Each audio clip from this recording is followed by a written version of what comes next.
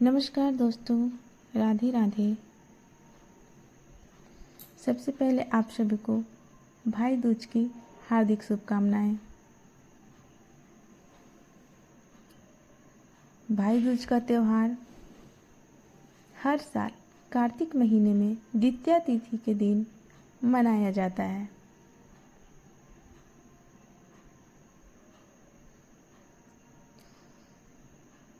पूजन समाप्त करने के बाद बहन अपने भाई को शुभ मुहूर्त में तिलक लगाती हैं। भैया दूज के दिन कई लोग बहन जमुना व भाई यमराज की कहानी सुनते हैं और कहते हैं। भाई दूज की पूजा बिन कथा का पाठ किए अधूरी मानी जाती है। इसलिए भैया दूज के दिन यमराज और यमुना जी की कथा जरूर सुननी चाहिए। आज हम आपको यमुना जी और यमराज जी की कथा सुनाएंगे। प्लीज़ आप लोग बिना स्किप किए हुए कथा सुनिएगा।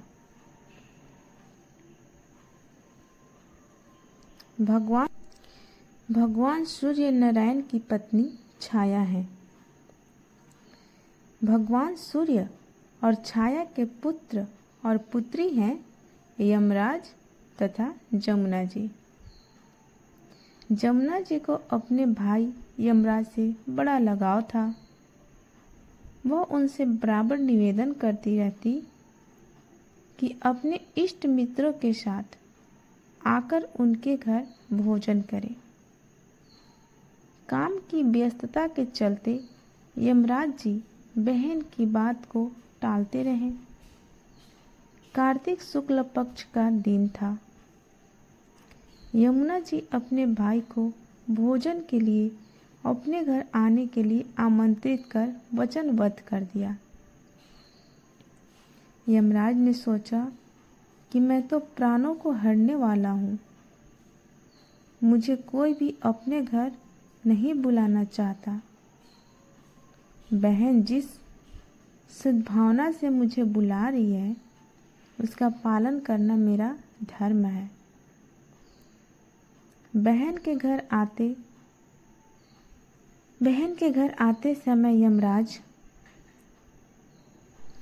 यमराज ने नरक निवास करने वाले जीवों को मुक्त कर दिया।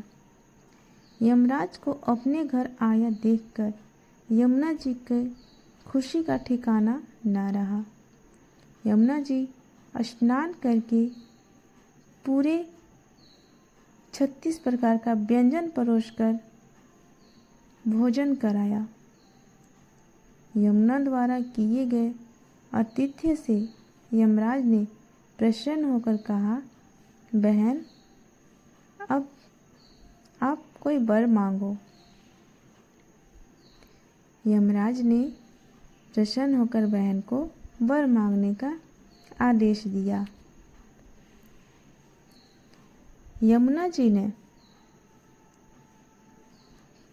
जी ने कहा कि भाई आप हर साल इसी दिन मेरे घर पर आया करें। मेरी तरह जो बहन इस दिन अपने भाई को आदर सत्कार करके टीका करे उसे तुम्हारा भय न रहे। यमराज ने तथास्तु कहकर यमुना को अमूल्य वस्त्रभूषण देकर यमलोक के लिए प्रस्थान किया। इस दिन से भाई दूज के त्योहार का परंपरा का आगाज हुआ। ऐसे मान्यता है कि जो बहनें अपनी भाई का आतिथ्य स्वीकार करते हैं उन्हें यमराज का भय नहीं रहता है। इसलिए भैया दूज के दिन यमराज तथा यमुना जी का पूजा किया जाता है।